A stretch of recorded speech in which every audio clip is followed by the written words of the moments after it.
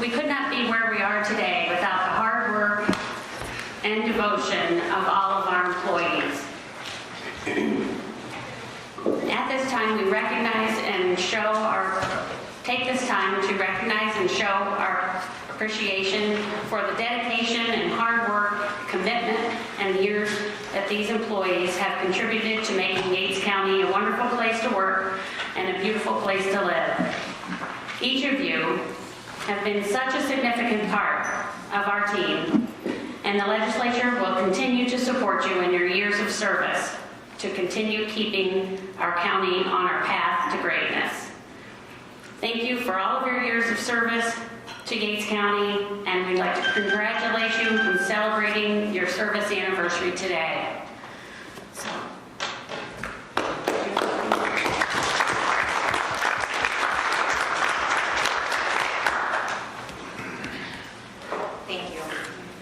Thank you all for coming today. I always take great pleasure in being able to participate in this and prepare everything.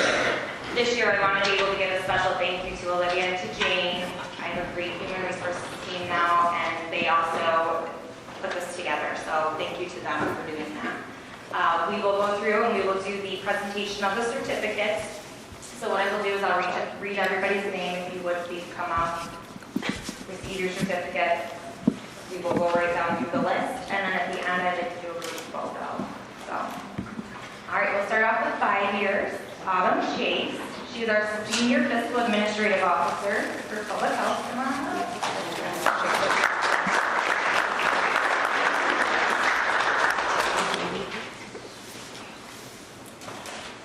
Next, we have Brent Walton, Working Supervisor for Highway, and he wasn't going to be able to join us today. Then we have Brian Schreiber, Animal Control Officer for the Sheriff's Office, and he's not here. Corinne Brewer, Social Services Program Examiner. No? Deb Bailey. She here? And as of today, Deb is our Children and Youth Transitional Case Manager for Community Services.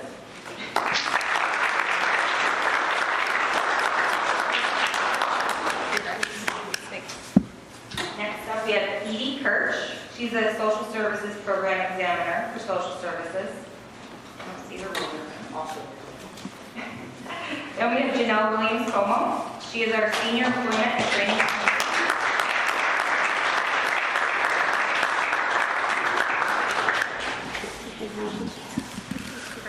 Thank you.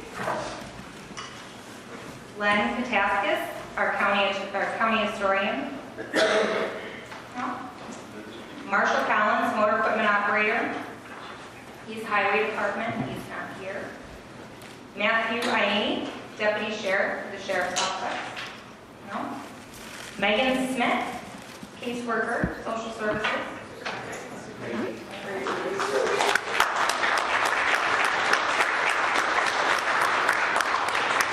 As of today, she is a case supervisor.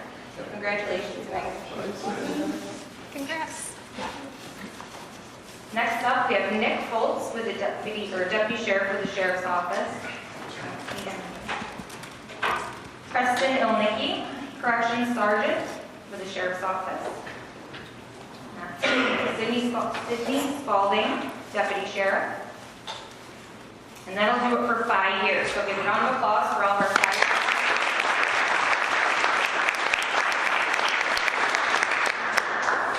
We have our tenure folks recognizing 10 years. Brian Rapoli, sign maintenance worker with the Highway Department. He's not here.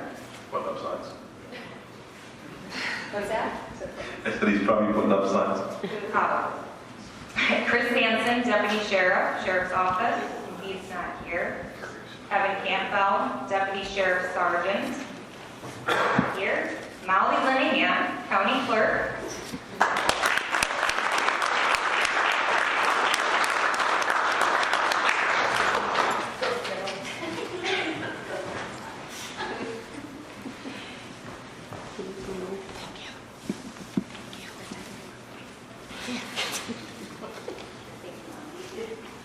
Now we have Pam Christensen, caseworker with Social Services.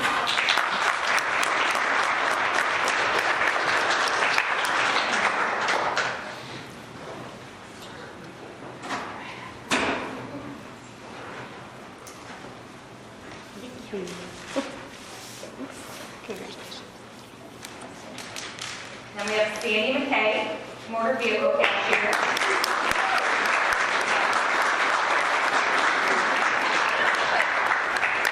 Thank you all. You are welcome. My darling. Thank you, my darling. Thank you all. That's you.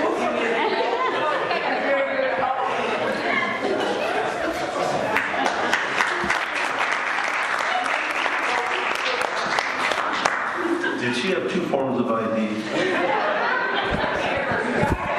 Let's give a round of applause for all the 10 years.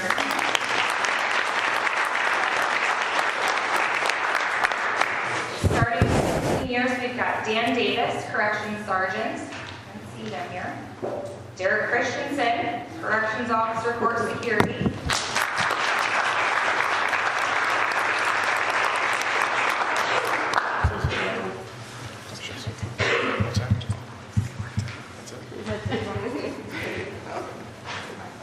Then we have Erica Nesbitt, registered nurse with the Sheriff's Office.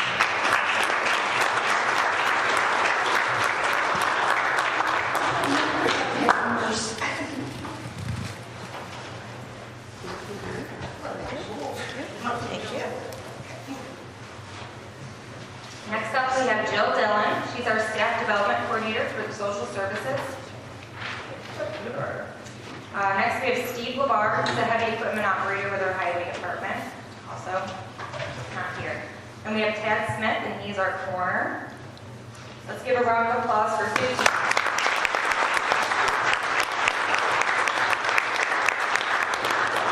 Then starting off with 20 years, we have Arlen Cunningham. Arlen is a deputy sheriff lieutenant with the sheriff's office.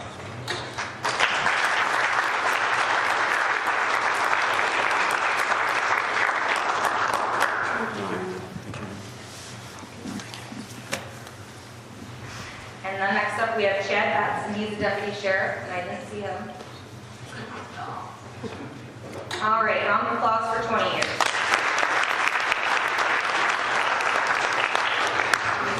For 25 years, we've got Corey Bates, who's a corrections officer with the sheriff's office. Kay Williamson, recording.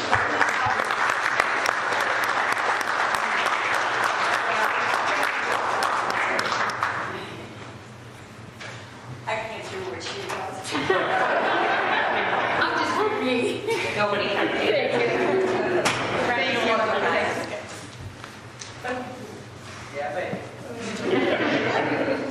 Then we have Lindsay Tome, emergency services dispatcher. She wouldn't be here. And then we have Neil Freeland, corrections officer. No. Pam Housel, correction officer, court security, part-time. No Pam. And we have Sue Kurz. Sue is an administrative assistant for the highway department.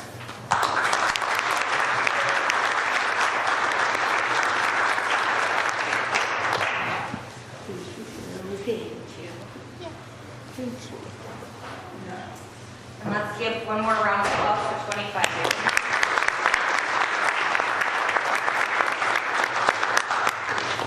And then for 30 years, we have Ed Nemitz, who's a deputy sheriff lieutenant with the sheriff's office. Jill Emerson, corrections officer with the sheriff's office. Judy Hoover, I see her in the back corner.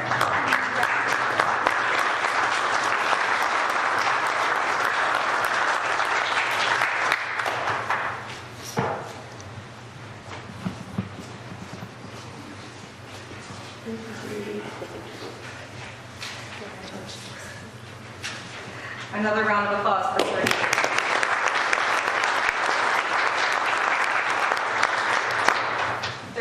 Years, we have Alan Mack, who's a corrections officer with the sheriff's office. Sharon Swartz, principal of social services program examiner.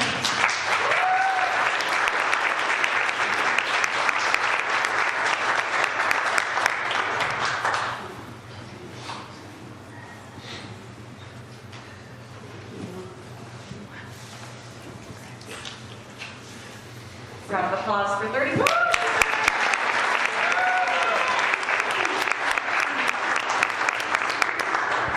And then we have 40 And that would be Don Danforth, and I did not see Don. We'll give him a round of applause.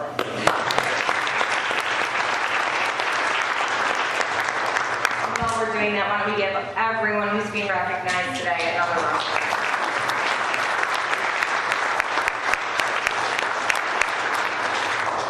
So that concludes the presentation of the certificates.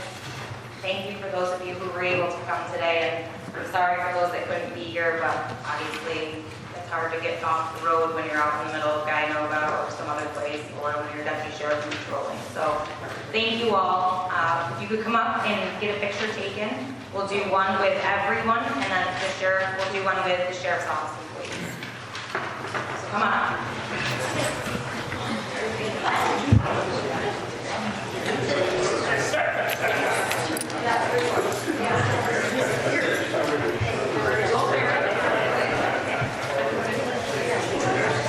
I'll stand up here. I'm on the end.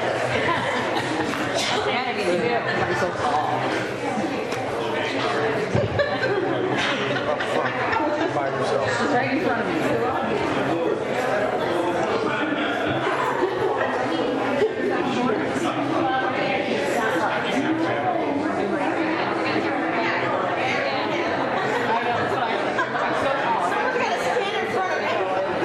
Earlier, we gotta scooch in.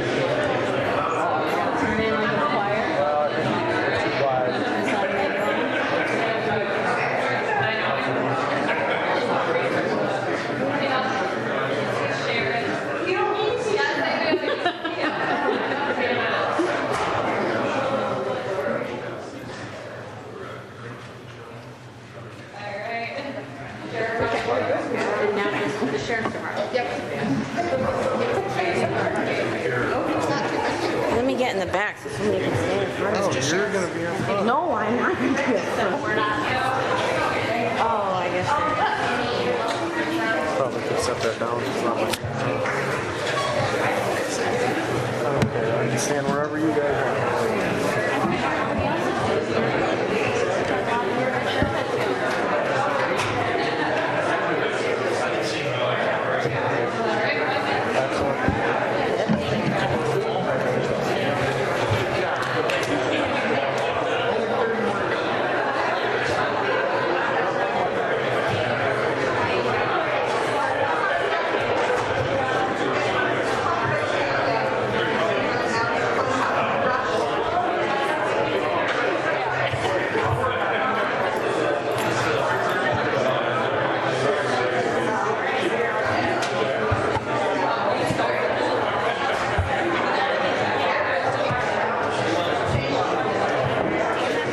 Hand sanitizer.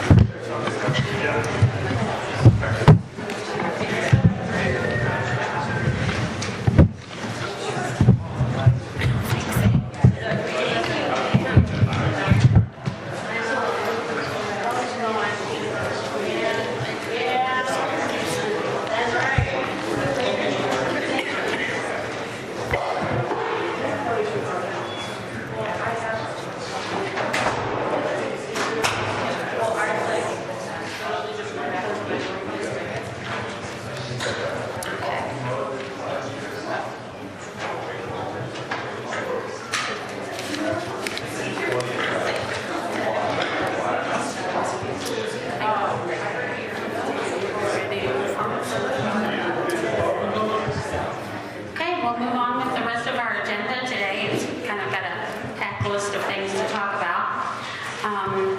Do we have attendees by Zoom? We have Mr. Bronson on Zoom, and then we have 4 other attendees, and it looks like everyone is present except for Mr. Bronson on Zoom. Okay, very good. I'd like to open it up now for a public comment time. There is a time in the beginning of the agenda as well as at the end, so should anything happen during our meeting that you wish to address at the end of the legislature, there will be public comment at the time as well. So For now, anyone here wishing to bring something to the attention of the legislature? No? Okay, and we'll move on. We have a presentation with the Regional Transit Service. Are you with us here today? Jeff, you know. Emily said it's later.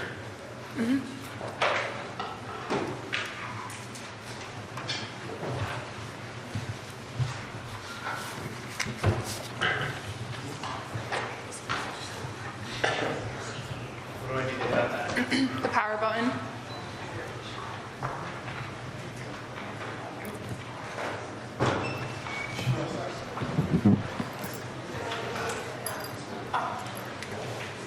Gentlemen, to be heard well and heard on Zoom, you need to be close to the microphones. Jeff, can you make sure those are on? I think this is fine.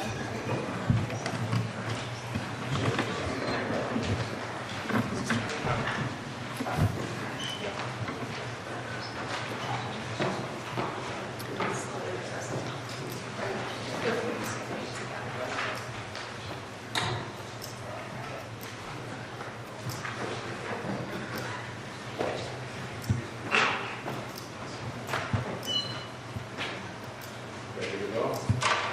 Great. Well, thank you very much. My name is Miguel Velasquez. I'm the Chief Executive Officer for the Regional Transit Authority. Also, we call it RTRTA, or the Rochester, Tennessee Regional Transportation Authority. Just very quickly, to my right here, my far right is Ken Moesi. He's the Director of Regional Operations. He oversees all 7 rural counties that we provide service for. To my immediate right is our Chief Financial Officer, Scott Adair, who will go through some of the aspects of the finances that pertain to rural service. And then to my left is our General Counsel, Dan Laws, in case there's any questions on the process or all these steps in joining the authority. Thank you again for having us. We're very excited to be here. We know that there was some interest in the past for Yates County to join the Transportation Authority, so we're very excited to see that renewed interest again. It's great being here. Just look at your vision, mission, and values.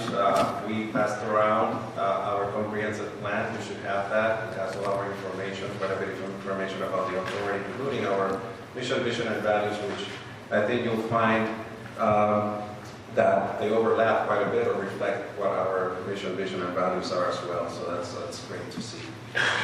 To get us going here, those were introductions as to the team that is here today. We'll walk very quickly through this agenda about our DRTA.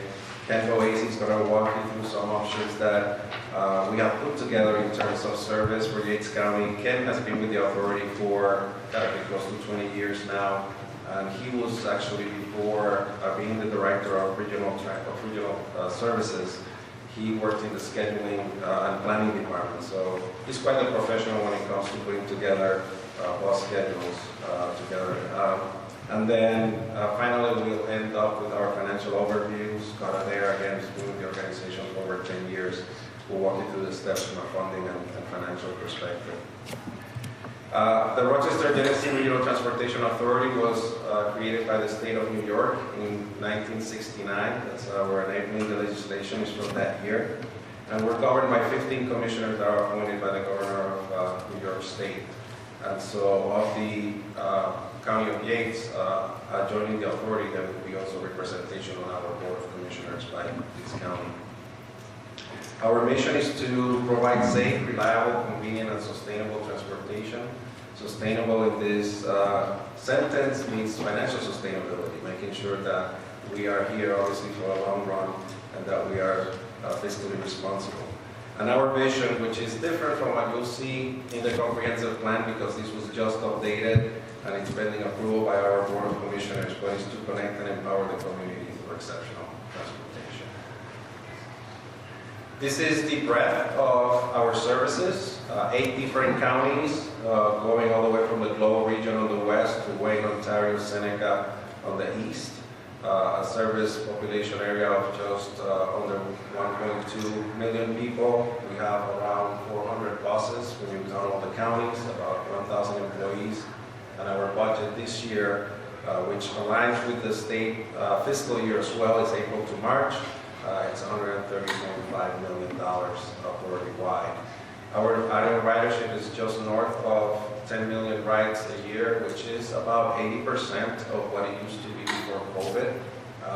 We took a deep dive with COVID of 50% cut in ridership, and that has been increasing ever since. And we are double digits every month, year over year, in our ridership increase. So doing well, going back up to that 100% of COVID. This is our Board of Commissioners, again, representation from all the counties. You'll see also here the City of Rochester, just because of the amount of service that we provide in the City of Rochester, but representation from each one of the counties. And then on the right-hand side, toward the bottom, you'll see that we have a Rider Disabled Community Representative, Heather Bird. She is blind herself, and she represents the transit-dependent and the disabled community. And then a non-voting member, but a member nevertheless, John Truck, who is the president of our biggest union in the organization.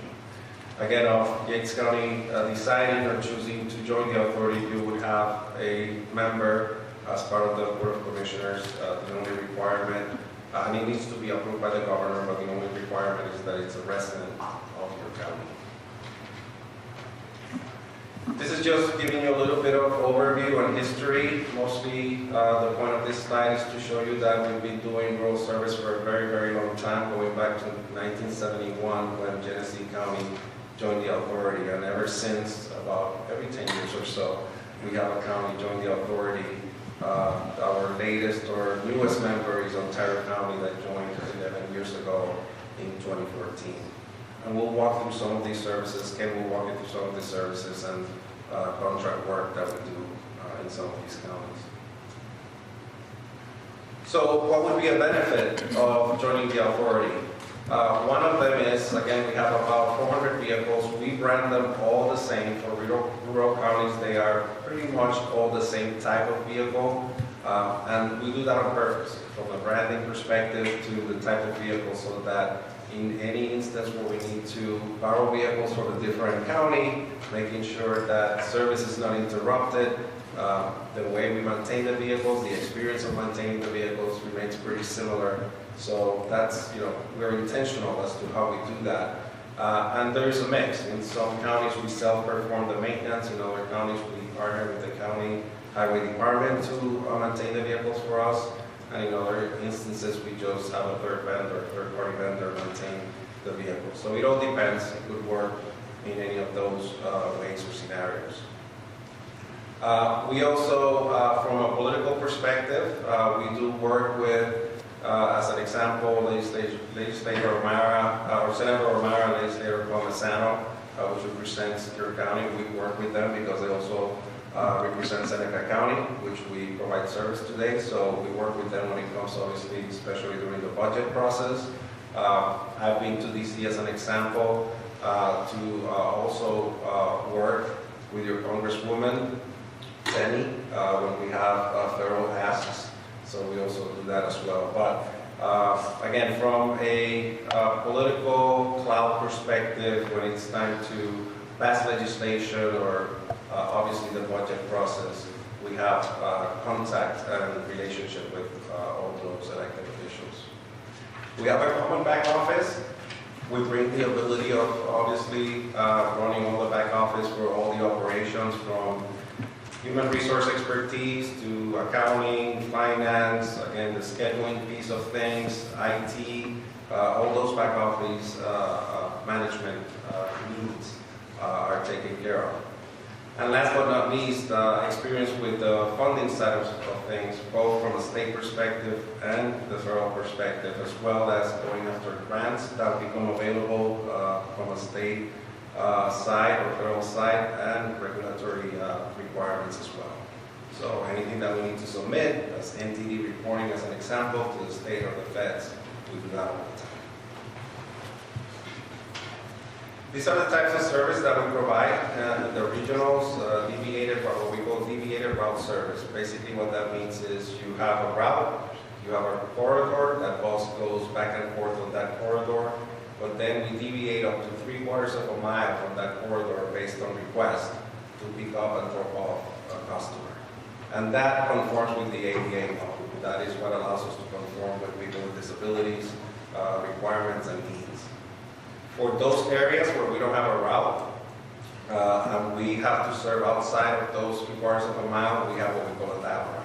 So dial ride is where people can just go into the office a day in advance and schedule a ride because the route doesn't cover where they live. And that is based on availability. And then we do a number of service contracts across different counties. We have contracts with colleges, so in Geneseo as an example. We have contracts with employers to serve their employees, and then with a number of human services as well. DSS, Office of the Aging as an example. We also, I know that today your transportation is provided by the ARC of Yates. We actually do contract with ARCs. There are in some counties ARCs contract with us to either service their clients, supplement their service. In other counties, they just keep taking care of their clients' transportation. But we have places where ARC actually contracts with us to provide transportation for their clients as well. And then we try to keep improving our service.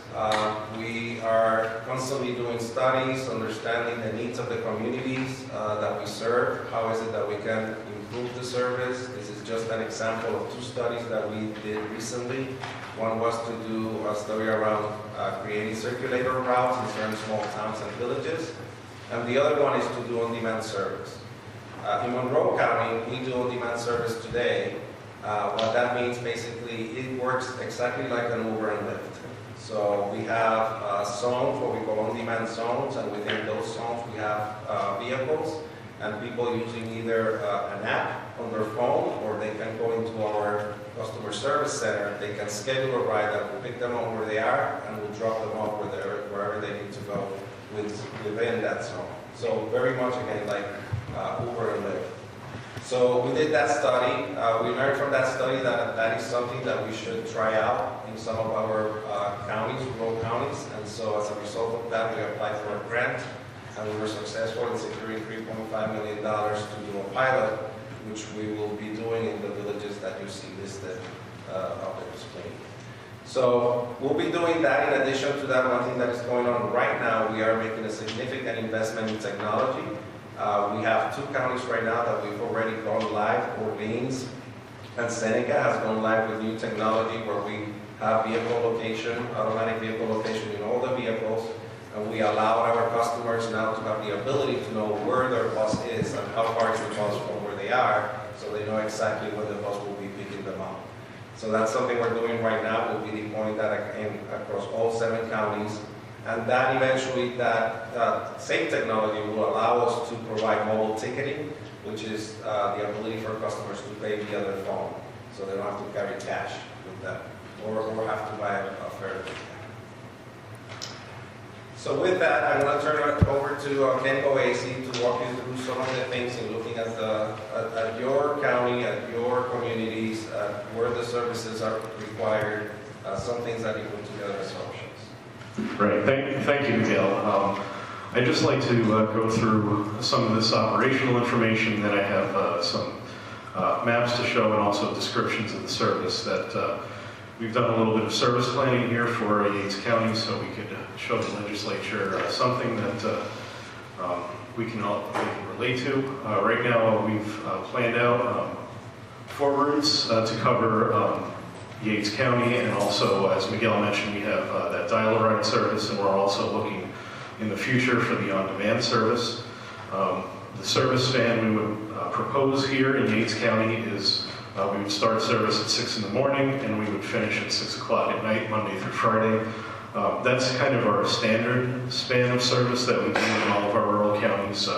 That serves the people going to work in the early morning and then having them come back home at night, and also enable those who are moving around in the midday to get onto the service as well. So there would not be any gaps there. We can achieve that with the following numbers below that in terms of our fleet size, the number of drivers that we would employ, and our back office staff here that would be present on site here in Yates County. Should the county choose to join the authority, at that point we would work on sites and where we actually would operate at it. But that is, all of these employees and vehicles that I'm showing here would be based right here in the county. The service itself, here we would dedicate 4 routes, again running from 6 a.m. through 6 p.m. 4 routes, one serving Penn Yan exclusively, 1 route to Dundee, 1 to Rushville, and then the final route which would go to Geneva to provide the connection to our Geneva transit hub, which is right in the downtown area there. That bus or that route would also meet up with 2 or 3 of our other counties in Geneva, our Ontario County Service, RTS Ontario, RTS Seneca, and RTS Wayne. And then connections into those counties can then be, the buses can be boarded at the Geneva service, the Geneva hub, to then move on to destinations in those adjoining counties. Also the countywide dial ride, which is our pre-booked service. Typically the way this works is that customers would call the night before to see the availability for the next day. This is primarily for folks that are not along these routes, so this would be serving areas that are not listed above, so Middlesex, Branchport, places like that are not on routes. They would have the dial ride available to them. The amount of service that we are proposing here on the street per day, revenue hours just meaning, that's the amount of time that our vehicles would spend serving Yates County in a typical weekday is about 60 hours per day when you combine all 4 of these routes and then the vehicles we provide on the dial ride service. I've taken a little time to just look up some of the service that's currently here in Yates County. I have seen on there are about 12 routes there that is with the current provider for Yates County. There's about 12 routes, but the revenue hours for those routes are in the 25 to 27 hours per day range. What we're proposing here is roughly double that. So just as a comparison to what's taking place in the county right now. Just our map here, so everything, we would establish a central hub here in Penn Yan, where all 4 of those routes would come together. They would come together in a timed manner, so they'd show up every hour and then go to a certain area within Penn Yan that would allow our customers who may be transferring from one route to the other to all transfer at the same time, so there should be no waiting there. So that would enable fast transfers and also a common transfer point here in Penn Yan, and then the buses would disperse from there and then come back at the top of the hours, the next hour. Primarily of interest right now in Penn Yan, since it is the largest village within the county, the largest area, and also where all the county offices and a lot of the shopping is here. This is the route that would operate in Penn Yan for 12 hours a day. We looked at the key destinations within the village, not only for medical services, shopping, also the county office buildings, making sure to get to the hospital, and also different housing complexes, apartment complexes, and also some of the village streets themselves to enable the vast majority of individuals in the village to not either just be on the routes or within that 3/4 of a mile deviation zone that Miguel mentioned before. And this is actually, this map was in one of the introductory slides here with the routes we've planned out now. This is how Yates County would then fit into the rest of our system. We can see the connections here between Yates County and Ontario County in Geneva. One thing we actually, one last thing I did want to mention about our service here is our fares. Right now, our base fare for our route service is $1. Typically, our charges for either a deviation on the deviated routes or for our dial ride service is $2, so it's a little bit higher for that premium service. We do have a reduced fare for those who are seniors or disabled, and we also do offer free rides for children 5 and under. And one program we're actually particularly proud of, which we started 3 years ago, is we do offer free rides for veterans. We issue veterans a pass. They can come through our veterans outreach, with the Veterans Outreach Center we make in the past, and providing a route service that fare is free for veterans. And also, as Miguel mentioned, we do look to engage with business partners within the counties. We've, again, looked briefly at what might be possible here in Yates County with the college, possibly the ARC, Tops and Wegmans. We do provide, in some counties, shopping shuttles for seniors, like we would go to senior apartment or senior housing complexes and then take them shopping to Tops, Wegmans. We do also have contracts similar for Office of the Aging, DSS. Some of our DSS programs have included getting people back and forth to job interviews. The program, if someone has a job interview, we will take them there, and also have a DSS will provide the transportation through DSS so they can get rides to work when they do start working. We've also done other programs through DSS for transportation. So we do provide a variety of services, but it's not all I like to say it's not a cookie cutter approach. We have to approach each community as it is and do the best we can in planning out the service and providing the service for what is in each area. So we don't try to make something work that might be in Genesee County and try to make it work in Yates County because it's not a good fit. We don't say that all communities are standard because they're not. So this is, in terms of the service planning process, we look at everything individually and carefully and make the best decisions service-wise and financially that we can. And right now I'll turn it to Scott so he can go through the financials with you. Thanks, Ken. Good afternoon, legislators. Financial overview from our perspective is we really have 4 primary funding sources for the authority. Our operating funds come from the state, come from the county from a 18B designation, as well as mortgage reporting tax. In addition to that, we have operating funds that come through our federal dollars, 5311, both operating and capital. Just as a point of reference here on the state operating assistance, those dollars presently are calculated based on ridership and miles traveled by the current service provider. Once the authority is involved, that becomes part of a larger allocation that we receive directly from the state. We do still report out on those ridership numbers and the mile numbers, but it is part of an allocation that goes through the budget process that Miguel was talking about earlier on in the conversation. In addition to that, the mortgage reporting tax, when joining the authority, it does require an act of the legislature to increase the mortgage reporting tax by 0.25%, which is a dedicated revenue stream for public transportation for the authority. And then the state legislature sets the 18B contribution that the county would be required to provide the authority on a quarterly basis. And then the federal grant, the 5311 funding, goes through the State Department of Transportation. What we've done based on Ken's providing a schedule is we've sort of roughed out some numbers as to what we think an estimated operating budget would be for the Yates County operations. This is involved also with some conversations with state DOT at this point in time.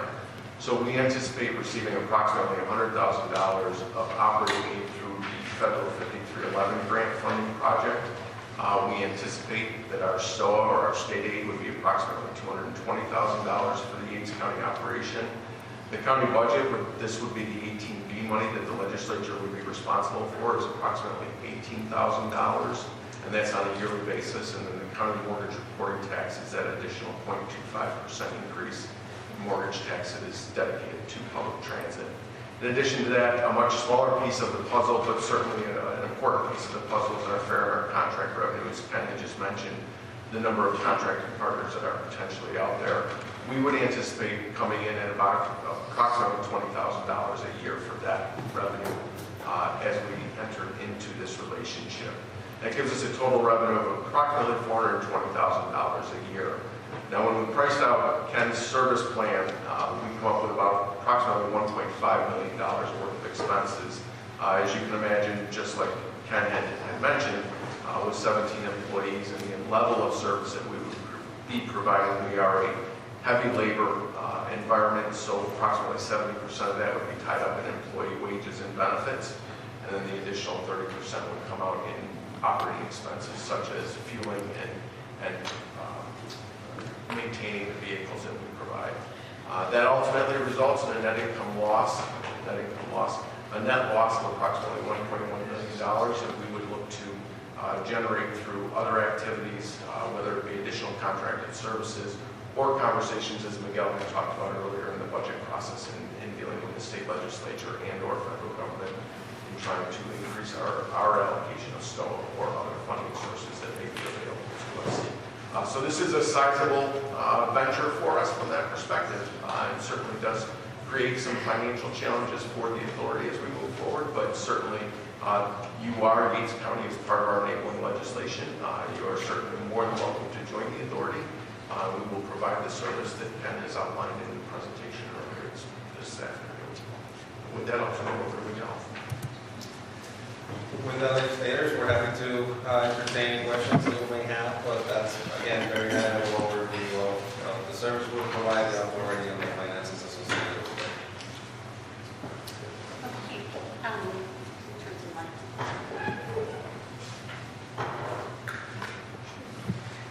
Anybody have some questions for RTS? Sarah? In no particular order, do you do background checks on your employees? Yes, we Before they're hired? Let's see, just a bunch of notes.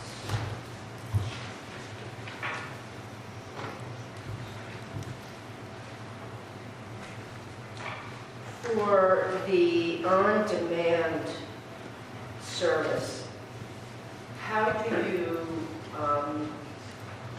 get the word out that if we were to contract with you, how would you get the word out and publicize the number to call and all that good stuff? So, good question.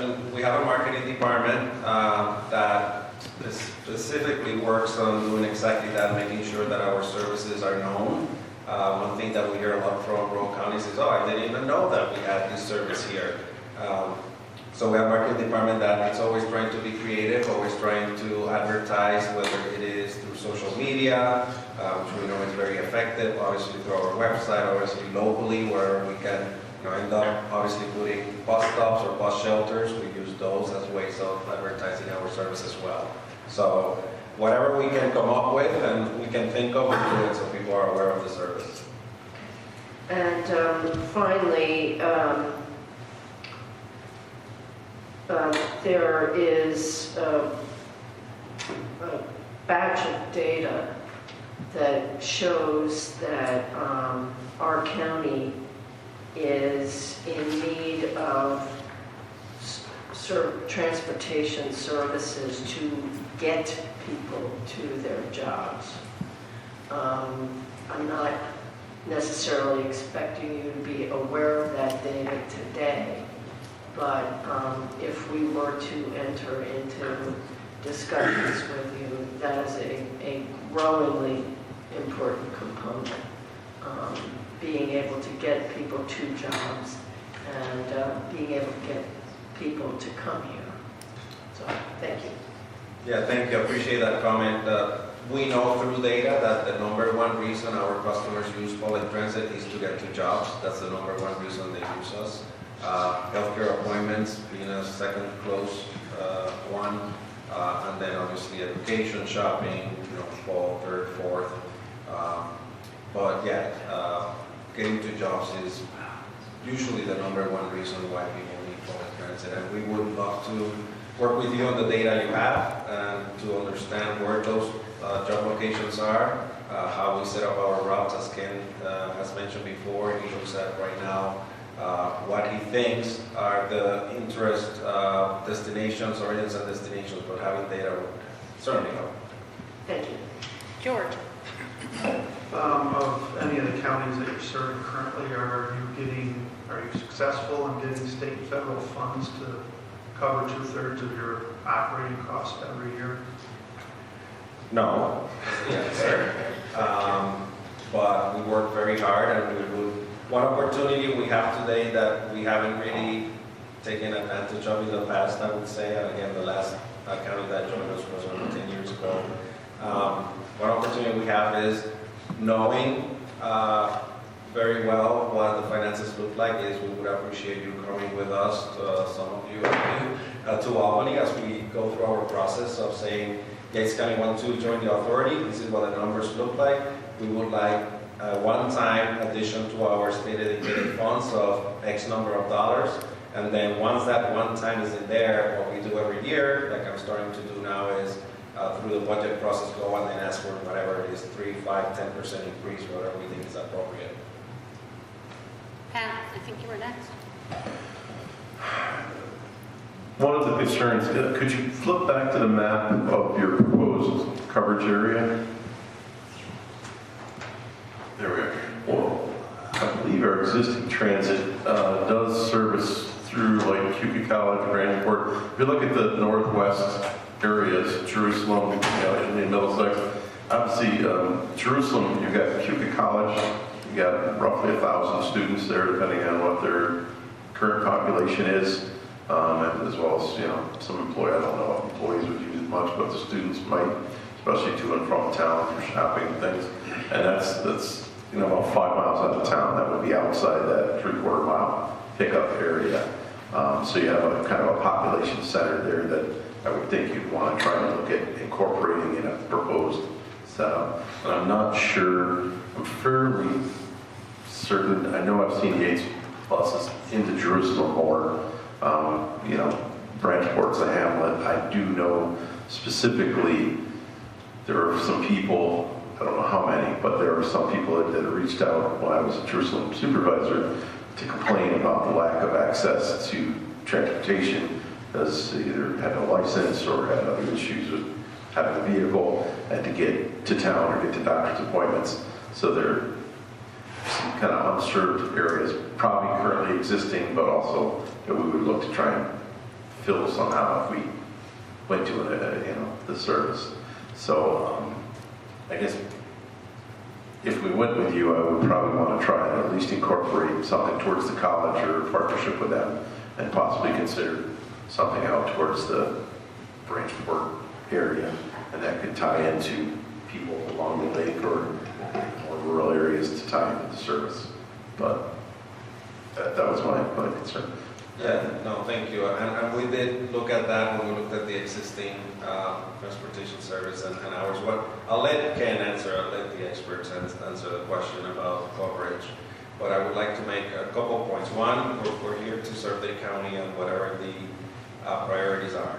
So we'll work together to make sure those priorities are met. Number two is, as transportation, this is our business. This is what we do. This is all we do. This is not a side business for us. This is what we do, is transportation. And one of the tenets of us providing transportation is we want to provide service that people can build their lives around. And so having a route that just runs once or twice a day doesn't do anybody any good, because they can get to their destination and never be able to come back, or have to wait 2-3 hours for a bus. That doesn't serve anybody well. So we try to set up a system. Again, Ken said it's only 4 routes, but these are 4 routes that will ride consistently all day long.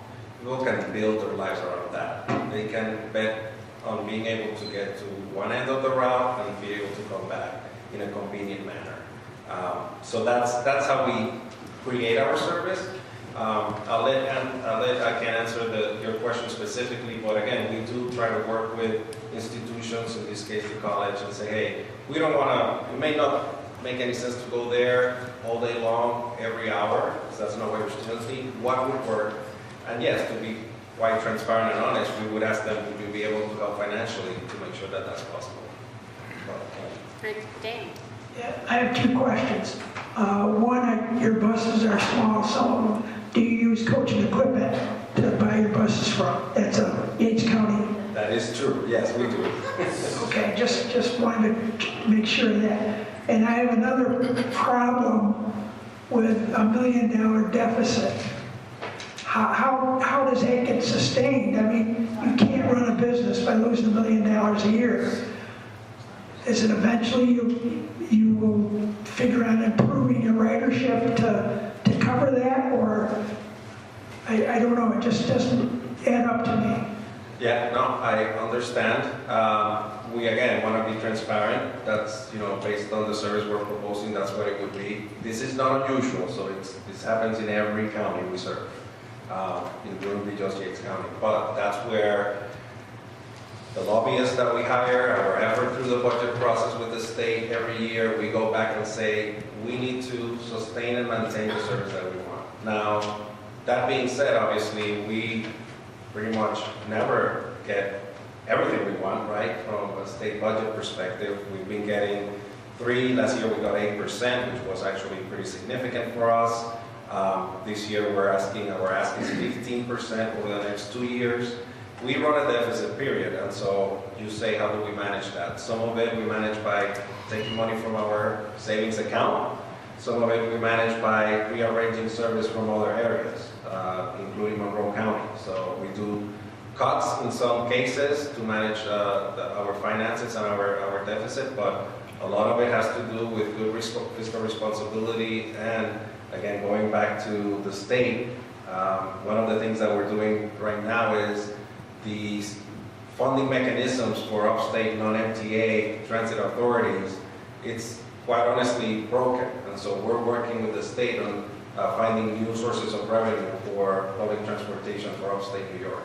And so those are a lot of the work that we do to improve the funding and the fiscal situation. Again, it's not unique to us. Leslie, before we go on, could they Yes, reply by? Absolutely, yes. Sorry, I interrupted you when you were about to answer his question. Sorry. Oh, no, that's no problem. Legislator Killen, it's a very good question, and I know there was, when I did look at the whole county here, Cayuga College and Cayuga Park itself, there's a good population there, and knowing the college schedules in my head, I tried to watch I guess what you call my financials here to make sure that if we were going to do something in Cayuga Park with the college, in my mind it's not a service you run all day, because as we've done other services for colleges in the past, not only Monroe County, but we also do some work for Genesee Community, SUNY Geneseo. There's certain class times, 8 a.m. is one of the hot ones I remember, then getting there just before 10, and then there's always rushes during that time, and then students generally filter out throughout the day. So as I was looking at the service for Cayuga Park and Cayuga College, knowing that we provide dial-a-ride service to that area, and I don't have any data right now on how many students or employees are using the current transit service that you mentioned there. It may be several hundred, it may be just a handful.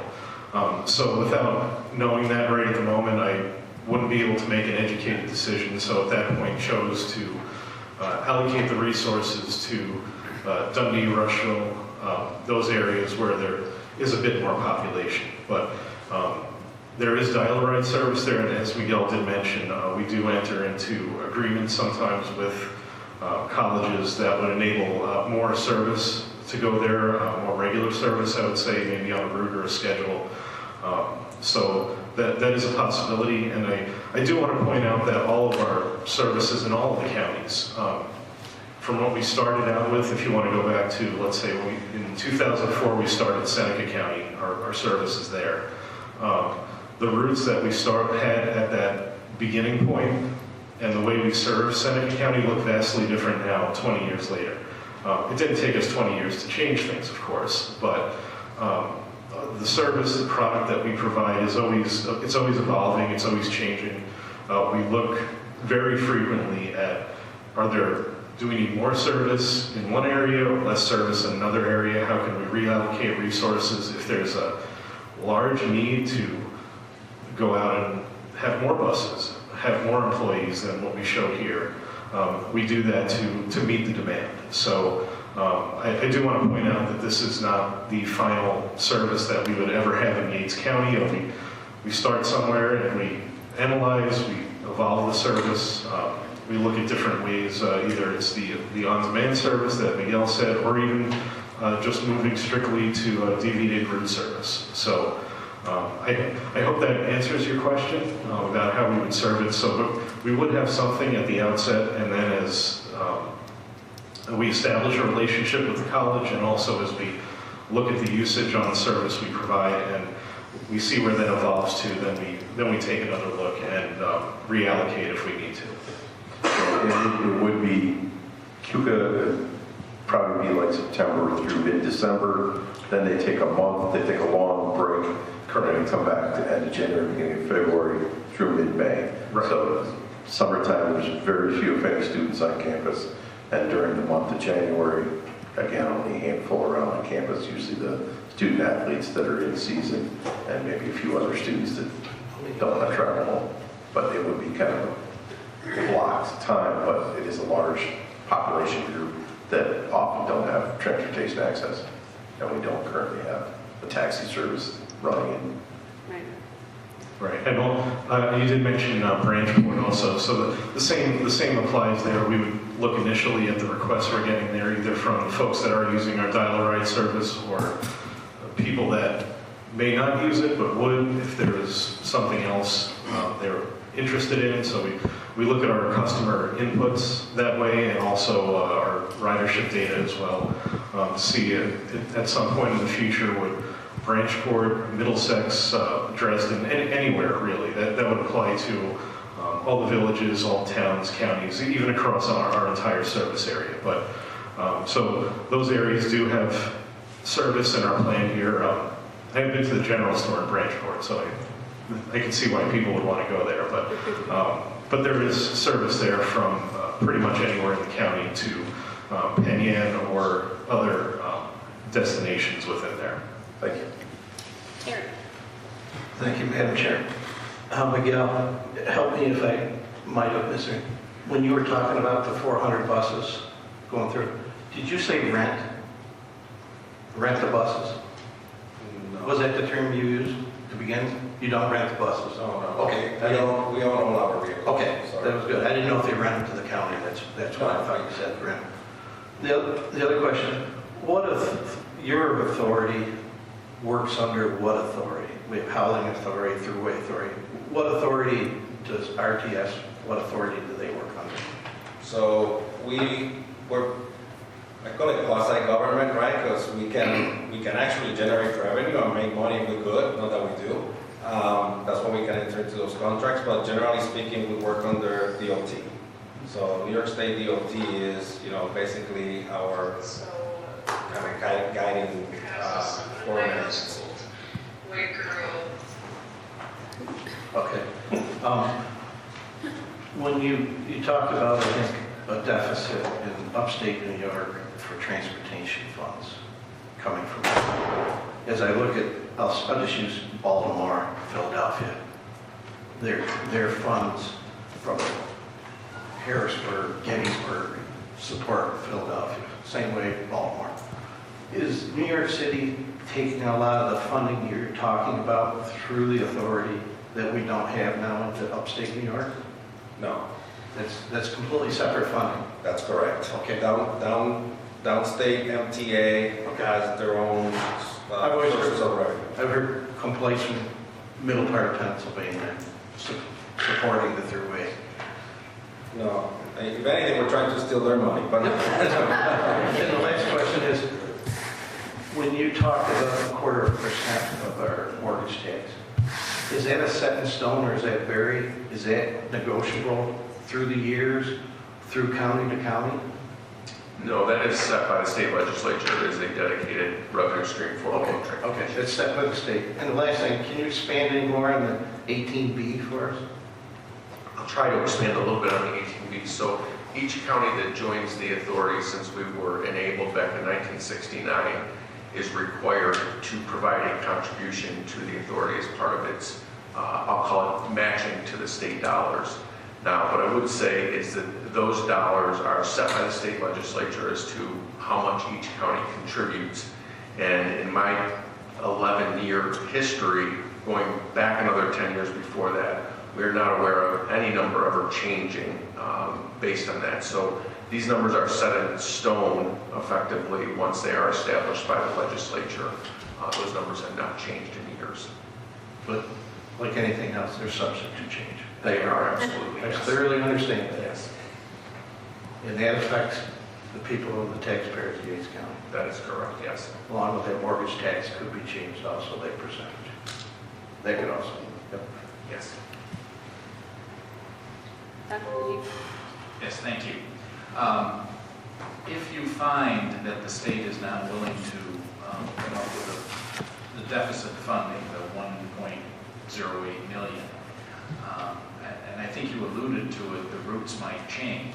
So if you have demand, you might increase the number of routes, but also if the funding isn't there, you might decrease the number of routes. Is that a fair assessment? That's a fair statement. Okay. And have you ever gone back to the counties that are involved to help keep routes going or anything of that sort? You know, if you found you had to eliminate a particular route that people felt they needed, do you go back to the counties and ask for that funding? That has not been our practice. Our practice has generally been, okay, we need to go back to the state, through the state budget process and ask for more money. That's basically our practice, not to go back to the counties because we know the counties, for the most part, don't have the money. The state isn't afraid to come to the counties for money.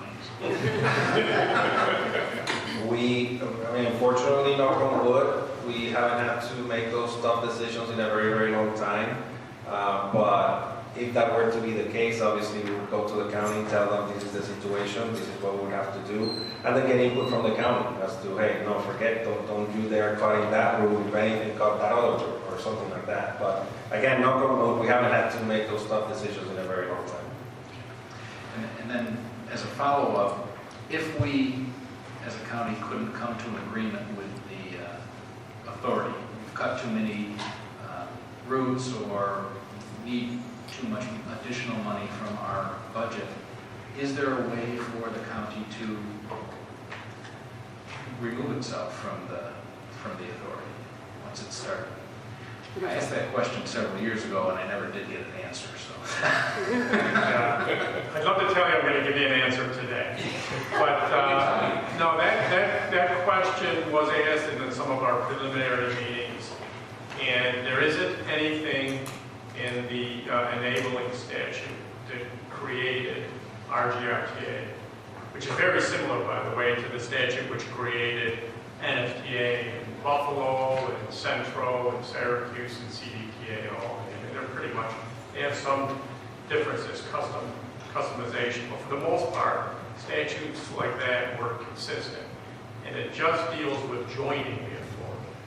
Now, prior to my service at RTS, I was had a role at Monroe County, including being county attorney there. And I know there are some actions counties can take and then can later reverse, and some that they couldn't. So I'm not sure because the statute doesn't say, and I reached out to my counterparts both in Buffalo and Albany and said, hey, neither one of them have ever been asked that question, so they weren't able to answer. But it's certainly something I would work with the county attorney here on. And I imagine you would rely to a certain extent on that person to give an opinion as to that rather than rely on me. But it's a good question. One thing that I would say is that if you elect to join the authority makes an investment in capital, whether it's buildings or buses, and then you are able to, and you choose to withdraw, I would think that the authority is going to be looking to recoup some of the investment. Whether they be successful, I don't know. And Amy Miller, our Director of Social Services, has a quick question. Just a quick question. Two parts, maybe three.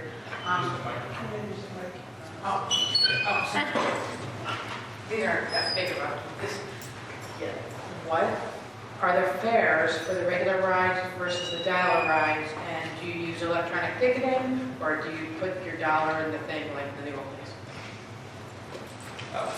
Regular fares are $1. Like Ken mentioned, there's reduced fares for people with disabilities and children. Free fares for veterans.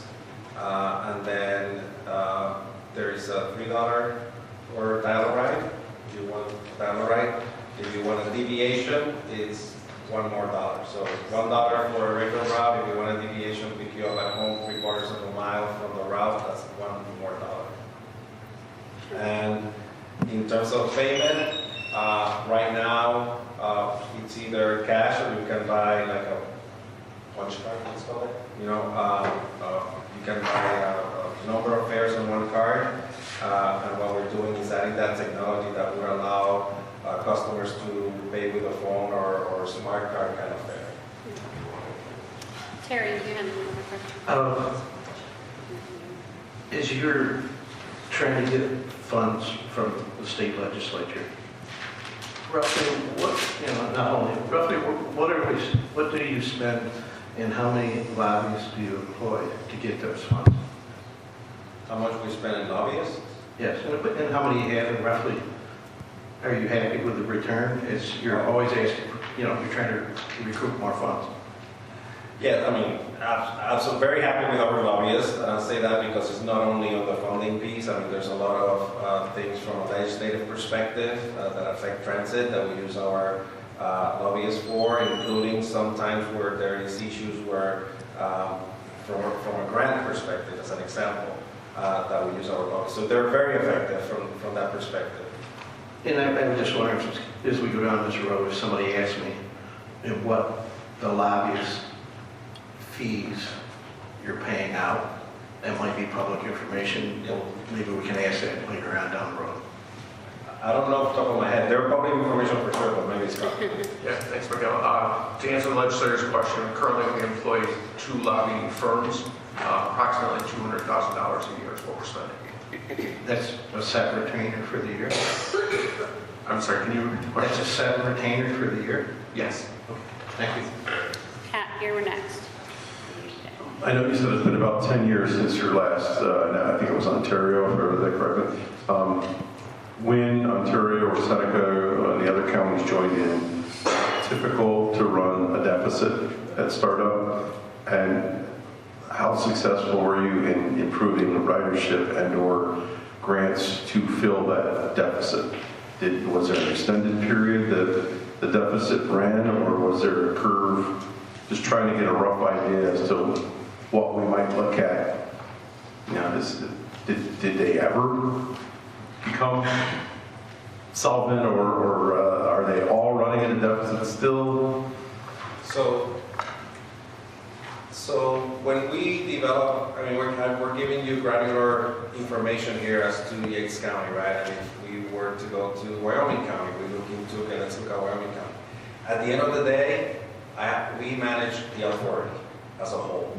So that 1.2 goes into what right now, hold on to your seats, is about a $20-some million deficit for the authority.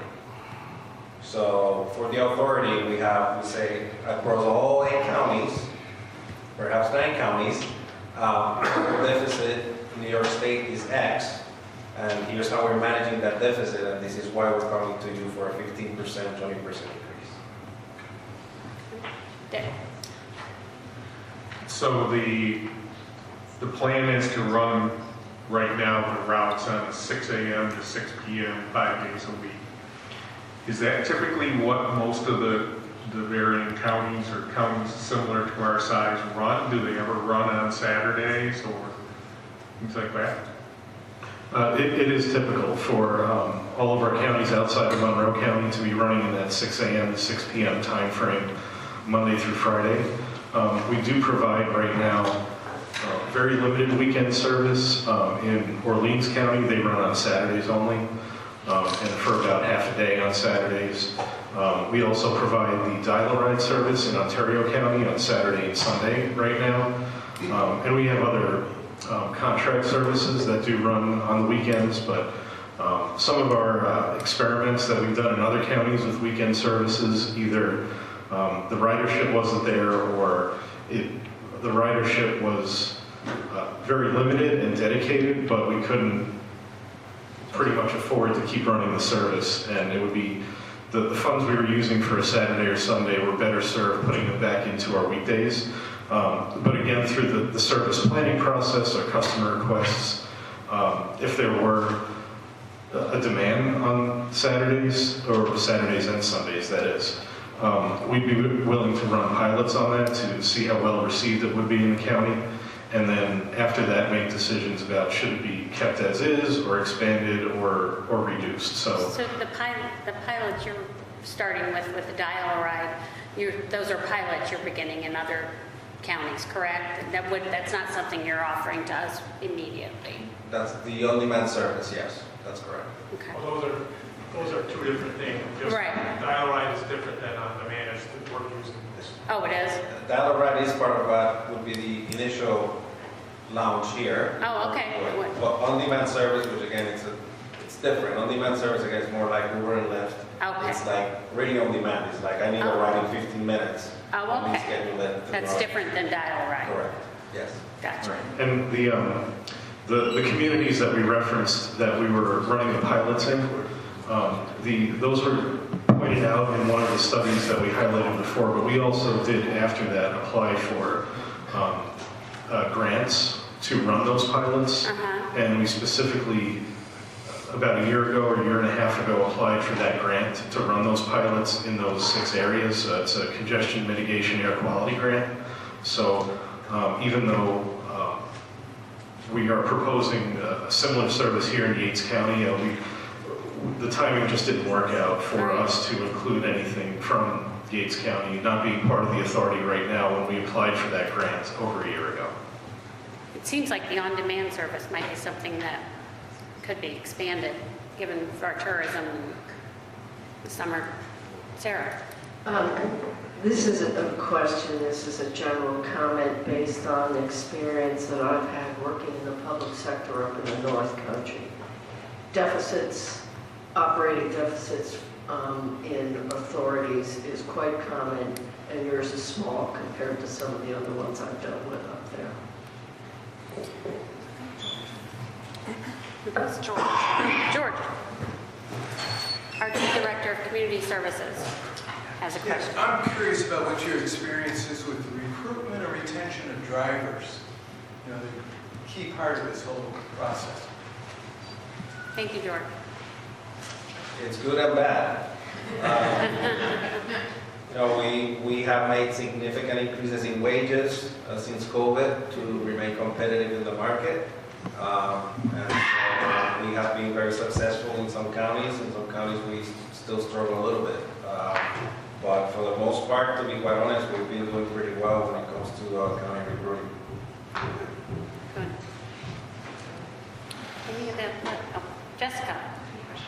Okay. To piggyback off of the employee piece, are those employees that you're looking to hire, the regional manager, the part-time folks, and then the full-time drivers, are those Yates County employees, or would they be anywhere that RTS is functioning?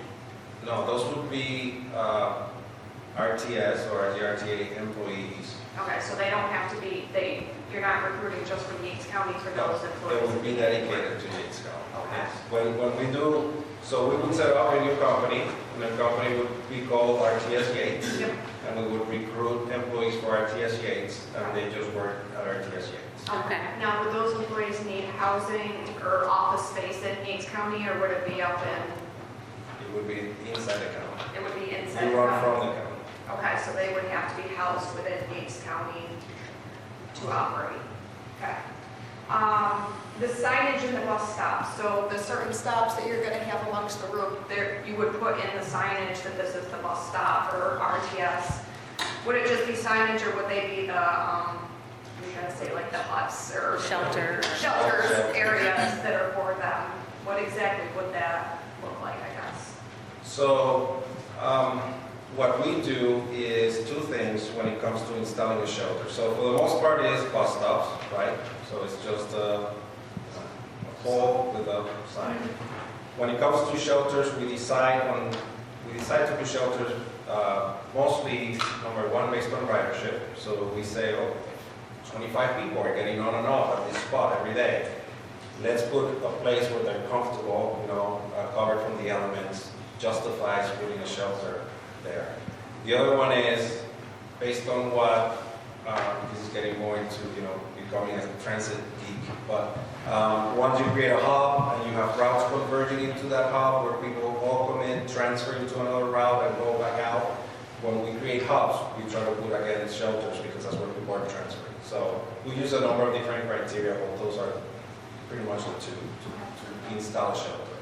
Because, by the way, installing a shelter, it's like buying a house. It's like $30,000, $40,000. And then, if Yates County were to choose to join into the authority, how quickly would you be able to start up those routes and such? Good question. There's a number of variables. Obviously, the long lead time would be, to be honest, right now is vehicles. So the whole industry is going through an issue to obtain vehicles. Definitely would rely on coach and equipment to get ours, but it just takes a long lead time. So if we need to buy 8 new vehicles, we could probably do something in the meantime as we retire vehicles from other parts of the authority to start using them here.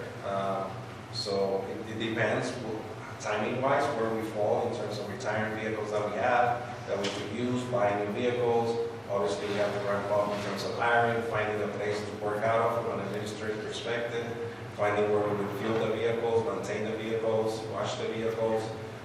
So I'll give you an example. Ontario County, we onboard Ontario County in less than a year, but that was only because they already had a system and turned over all the assets to us. So that's why we were able to ramp up so quickly. If we're starting from scratch, from zero, it would be, I would think, a little bit more than a year. Pat? Doug, is fueling buses at the county something that might be possible if we went this route? And then there would be some savings as far as the rate. So our county has a fueling station at the new county highway complex in We saw it on the way down. Okay. And that could be an impact, and that might be something as you look at financials, because there is some savings the way they purchase fuel. No, we would love that, and that's our practice, is to, again, partner with the counties, DPWs, highway departments in order to do maintenance. And sometimes, Wayne County as an example, we are right in their department, highway department. Our offices are there, Genesee County as well. They maintain the buses for us, they fuel the buses for us, so it maintains a good relationship with the county.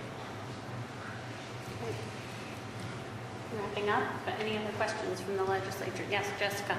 And then, reporting to Yates County, how often do you report to other counties on ridership and things that you see, or how routes are doing? If you need to deviate routes, you're not seeing ridership in specific ones, or piloting other programs, those types of things. Do you report quarterly, biannual? What's your reporting structure look like? Varies by county, we'll do it as frequent as you want. So we'll accommodate the reporting requests. If I just get it. So somebody before asked about regulatory agencies over us. I'm not sure. Okay, I just wanted to add to that.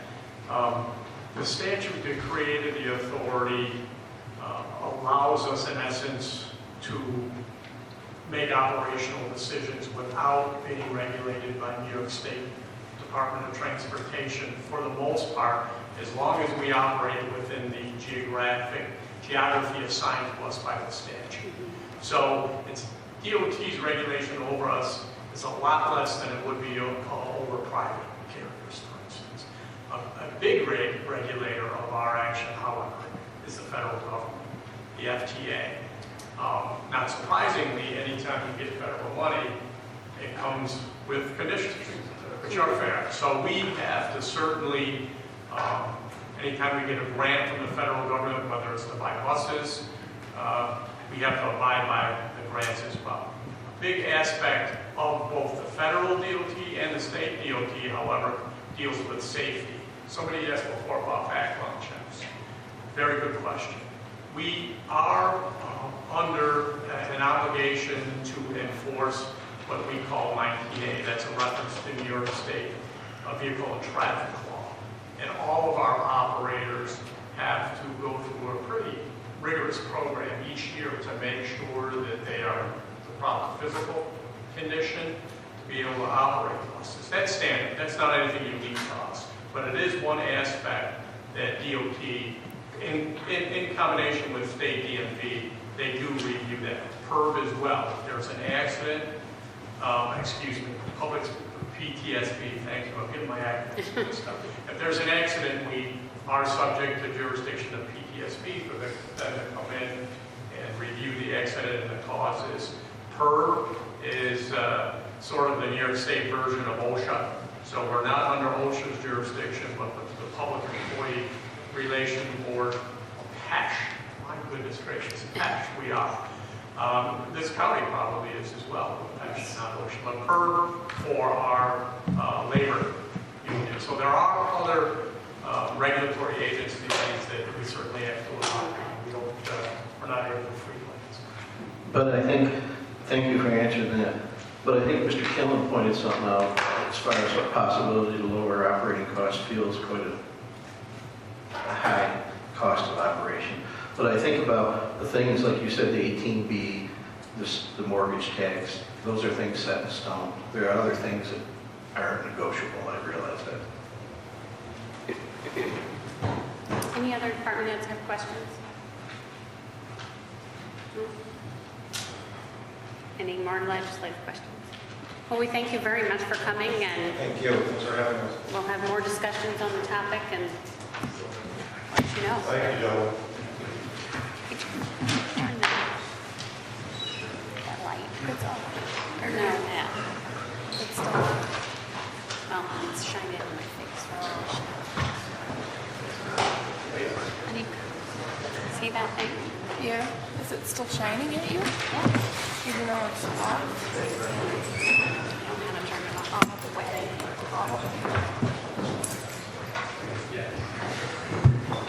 Okay, take care.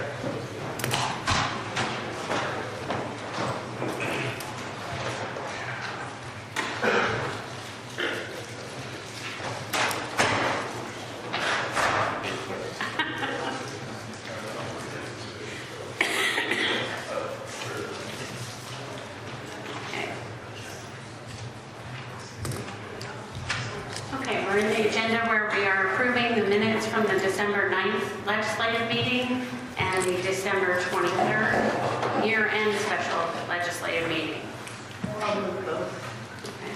Okay. And you second it? David? All those in favor? Aye. Opposed? Motion carried. Approved as submitted. Moving on to the audit. We'll start out with Mr. Harper at the airport. Okay, so for December 2024, regular invoices was $526,813.77. Prior to audit was $167.19. And then for January 2025, regular invoices was $0, and prior to audit, $590.88. Okay, thank you. Mr. Holgate, Finance and Administration. Yes, Finance Administration for December 2024 was $128,137.80, and prior to that was $14,801.34. And then for January 2025, we had $763,040.21, and prior to that was $49,731.58. I have no close. Okay. Mr. Button, Slide Creek. Thank you. December 2024, $2,255. December 2024 prior, zero balance. January 2025, zero balance. Prior, January 2025, zero balance also. Okay, thank you. Mr. Paddock, Government Operations. Thank you. December government operations audit was $72,970.57. Prior to audit was $2,866.34.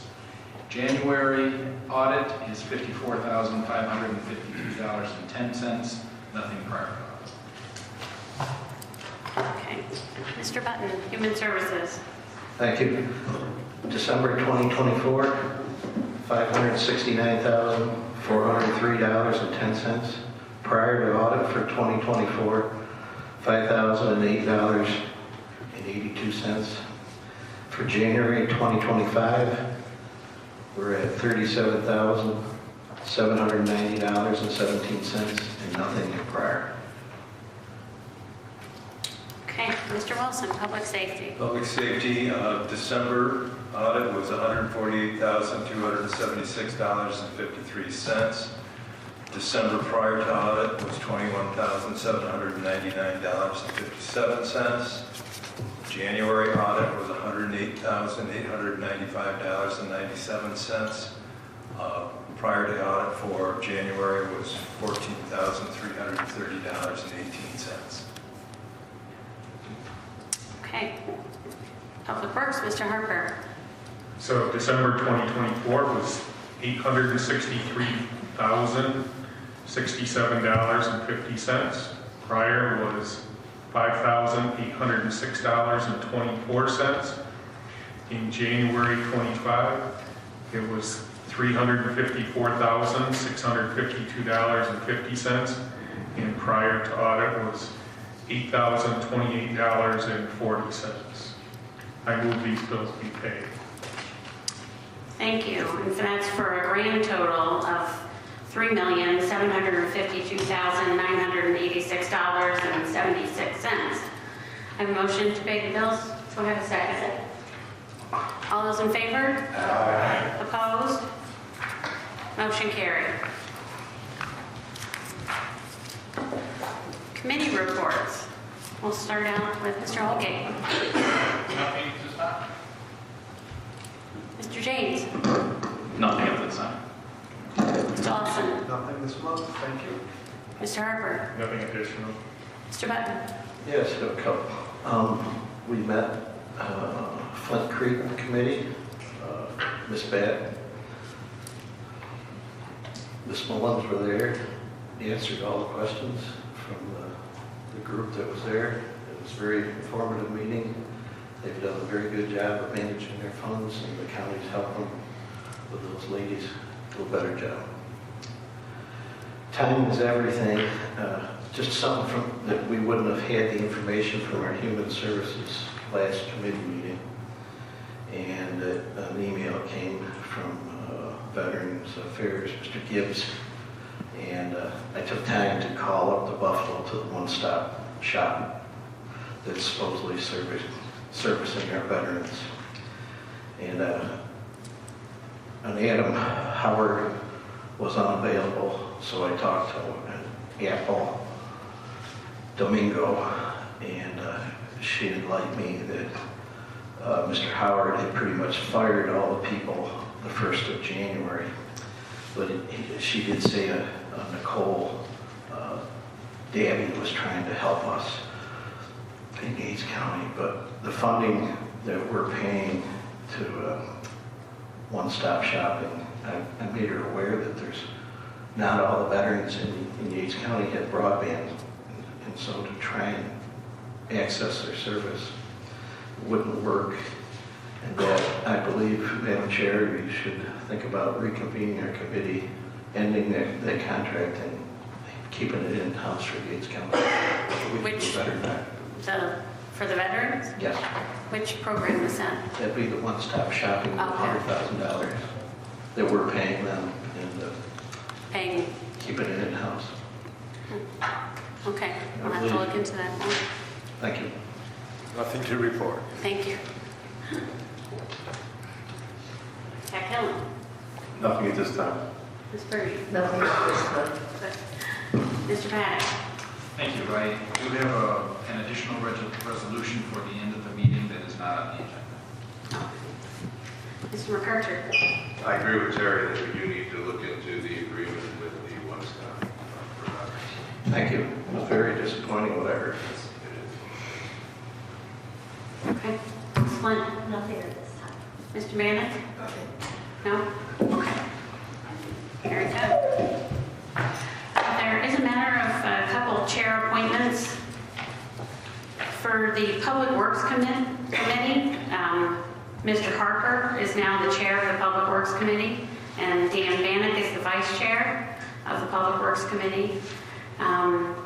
Dick Harper will be switching from the Finance Committee, and George Lawson will now be serving as a committee member on the Finance Committee. Noni Flynn is now the vice chair of the Finance Committee. Okay. Right now, I would like to then open the public hearing on the proposed addition of agricultural lands, Yates County Ag District Number 1. Okay. Anyone here wishing to speak to that? I assume that's why y'all are here.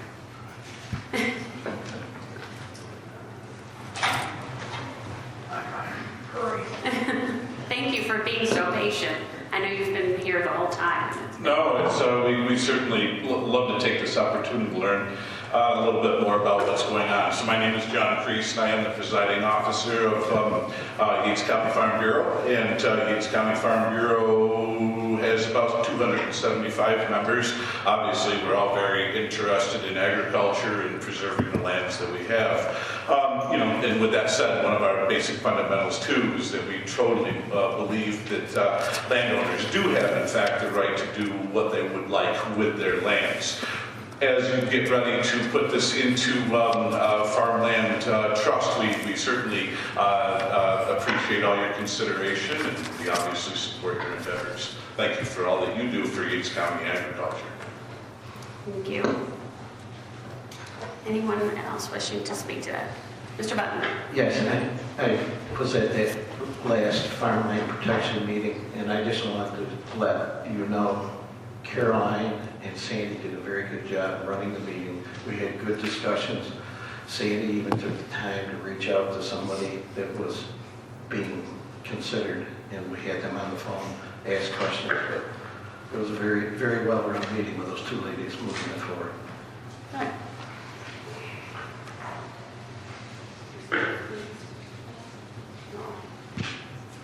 Jeff, do you have anything you need to say during this? No? Thank you. Cornell, do you have any input? I just, thank you, Terry, for your comments. Do you want me to put it on? You can if you wish. It's always good to hear.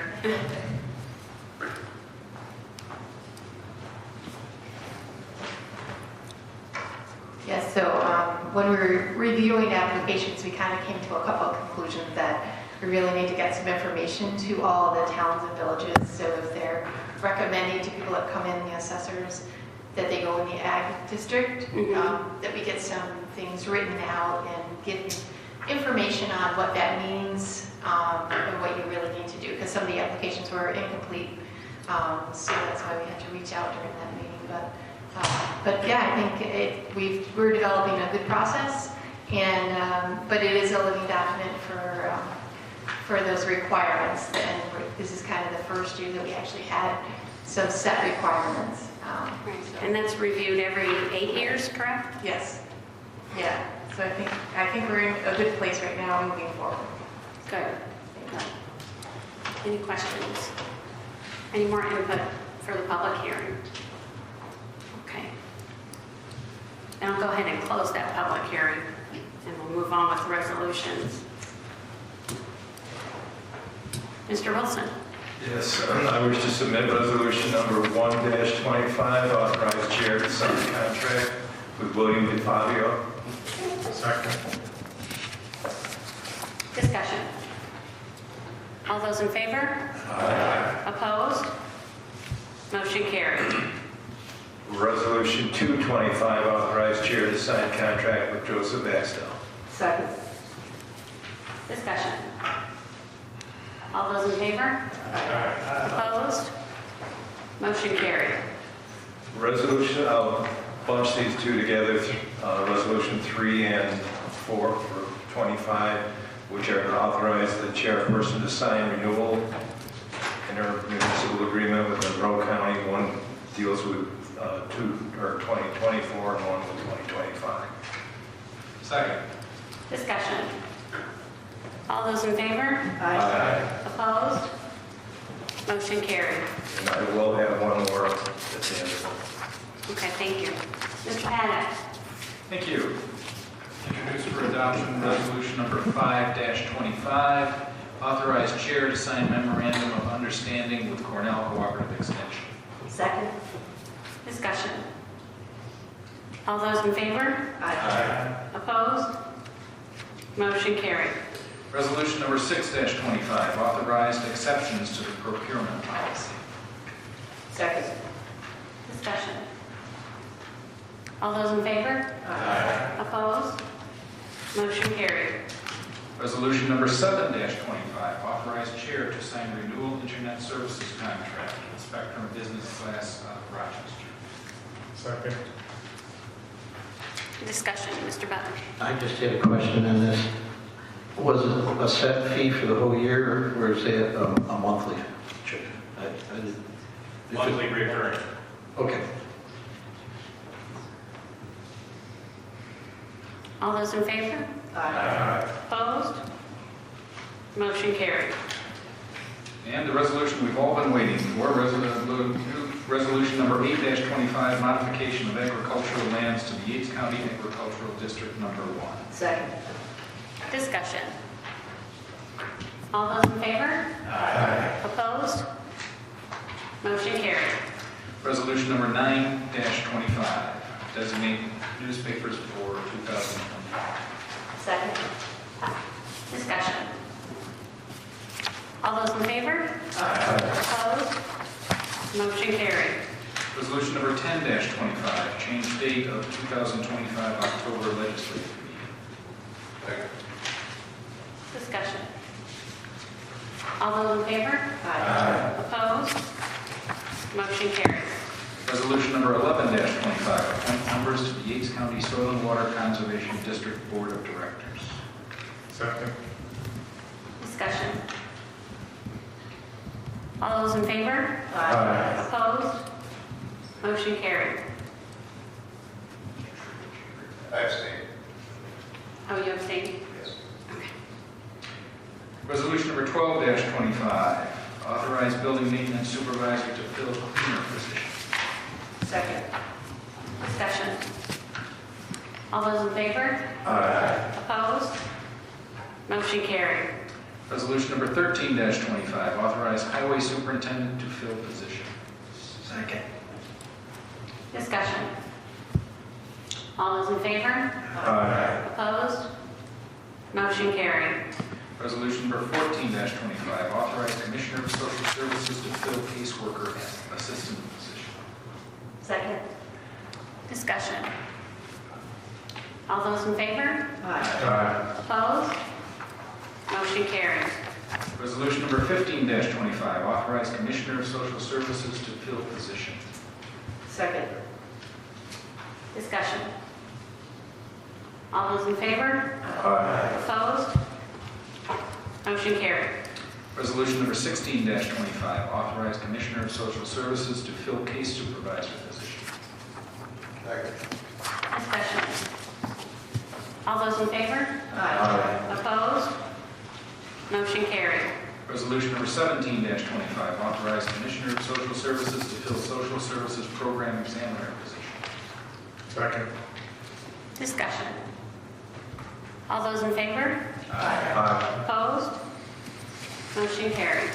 Resolution number 18-25, authorize district attorney to create and fill temporary part-time assistant district attorney positions. Second? Discussion. All those in favor? Opposed? Motion carried. Resolution number 19-25, amend resolution 610-24, adopt 2025 non-union, non-exempt employee wage schedule. Second? Discussion. All those in favor? Aye. Opposed? Motion carries. Thank you. Mr. Button. Thank you. I offer Resolution 2025, authorized contracts with the following agencies/persons. Second. Discussion. All those in favor? Aye. Opposed? Motion carried. I offer for adoption Resolution 21-25, authorized contracts with the following agencies/persons. Discussion. All those in favor? Aye. Opposed? Motion carried. I bring Resolution 22-25 forward for adoption, authorized contract for fraud investigation services. Discussion. All those in favor? Aye. Opposed? Motion carried. I bring for adoption 23-25, authorized contracts for help desk services. Second. Discussion. All those in favor? Aye. Opposed? Motion carried. I bring forward Resolution 24-25, authorized contract for transportation services. Discussion. All those in favor? Aye. Opposed? Motion carried. Bring forward Resolution 25-25, authorized contract for client transportation. Discussion. All those in favor? Aye. Opposed? Motion carried. I bring forward Resolution 26-25, authorized contract for client transportation. Translation. Second. Translation. It's okay. I have my glasses. Discussion. All those in favor? Aye. Opposed? Motion carried. Okay, try to get this right. Resolution 27-25, authorized contract with the following persons, agencies. Discussion. All those in favor? Aye. Opposed? Motion carried. I bring Resolution 28-25, authorized contracts with the following agencies/persons. Discussion. All those in favor? Opposed? Motion carried.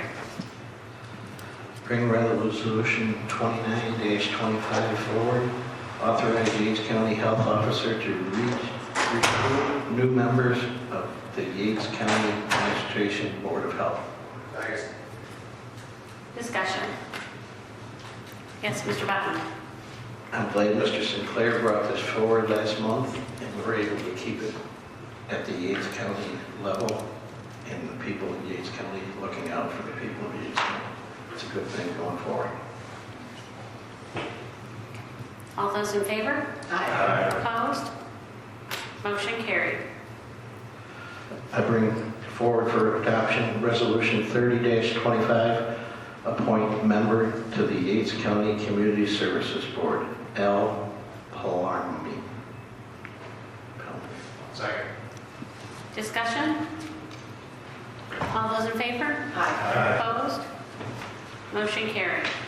One more resolution, 31-25, authorized member to the Yates County Community Service Board, and I'd have to ask Mr. Sinclair for the pronunciation. Peace worker.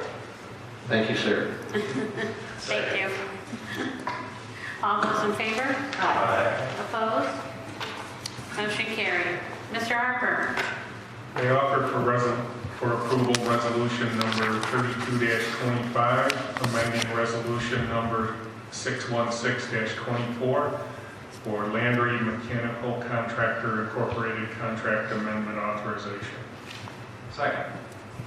Discussion. All those in favor? Aye. Opposed? Motion carried. I offer for approval resolution number 33-25, declare surplus equipment. Second. Discussion. All those in favor? Aye. Opposed? Motion carried. I offer for approval resolution number 34-25, amend resolution number 617-24, O'Connell Electric Contract Amendment Authorization. Discussion. All those in favor? Aye. Opposed? Motion carried. Mr. Holgate. Yes, resolution 35-25 to accept a grant from New York State's Environmental Conservation for Hospitals Hazardous Waste Reimbursements. Second. Discussion. All those in favor? Aye. Opposed? Motion carried. 36-25 is 2024 budget transfers. Second. Discussion. All those in favor? Aye. Opposed? Motion carried. 37-25 is amend resolution 623-24 appropriate aid for the sheriff. Second. Discussion. All those in favor? Aye. Opposed? Motion carried. Resolution 38-25 authorize the chair to sign an agreement with the MRB group for grant writing services. Second. Discussion. All those in, Terry? I think this is a good thing going forward. We've discussed it. We've discussed in executive session the people that are going to administrate it, and I think they'll do a good job for us. Very good. All those in favor? Aye. Opposed? Motion carried. Resolution 39-25 appointing to the Finger Lakes Economic Development Center, which is the IDA, Board, the Yates Capital Resource Board, the Board of the Finger Lakes Horizon Economic Development Corporation. Second.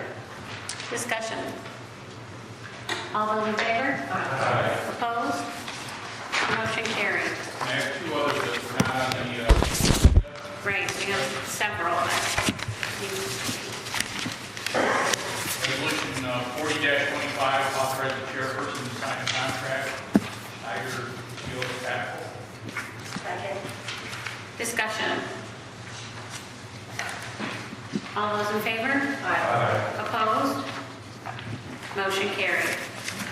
And resolution 41-25 authorize the chair to sign a construction contract with Heckle and McCoy for the Phase 2 route of the Green Connect project. Second. Discussion. All those in favor? Opposed? Motion carried. Mr. Wilson? Mr. Harper. Oh, it was Mr. Harper.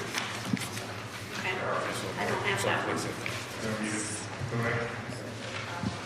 I offer for approval resolution 42-25, authorize the chairwoman to sign agreement with MRB Group for an IFE review of CMS consultant agreement proposal for the perimeter fence improvement project. Second. Discussion. All those in favor? Aye. Opposed? Motion carried. And then I offer for approval resolution 43-25, authorize the chairwoman to sign agreement with MRB Group for an IFE of the CMS consultant agreement for the 1028 runway rehab design. Discussion. All those in favor? Aye. Opposed? Motion carried. Mr. Wilson?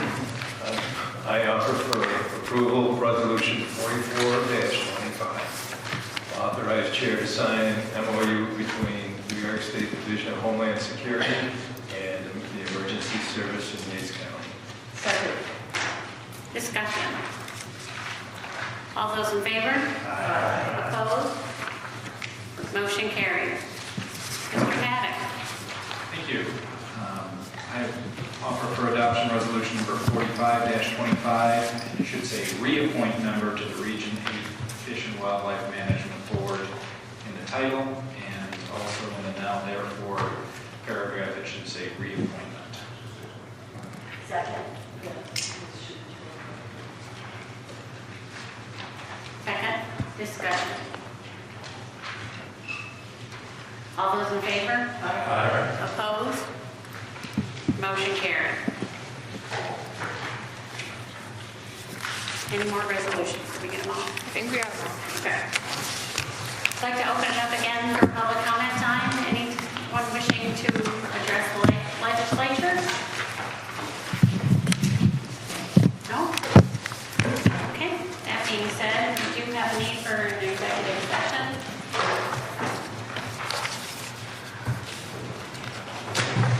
To discuss the employment history of a particular individual, the attendees to be members of the legislature and the county administrator. Second. First. All right, second. All those in favor? Thank you. Thank you for your patience and listening to transportation.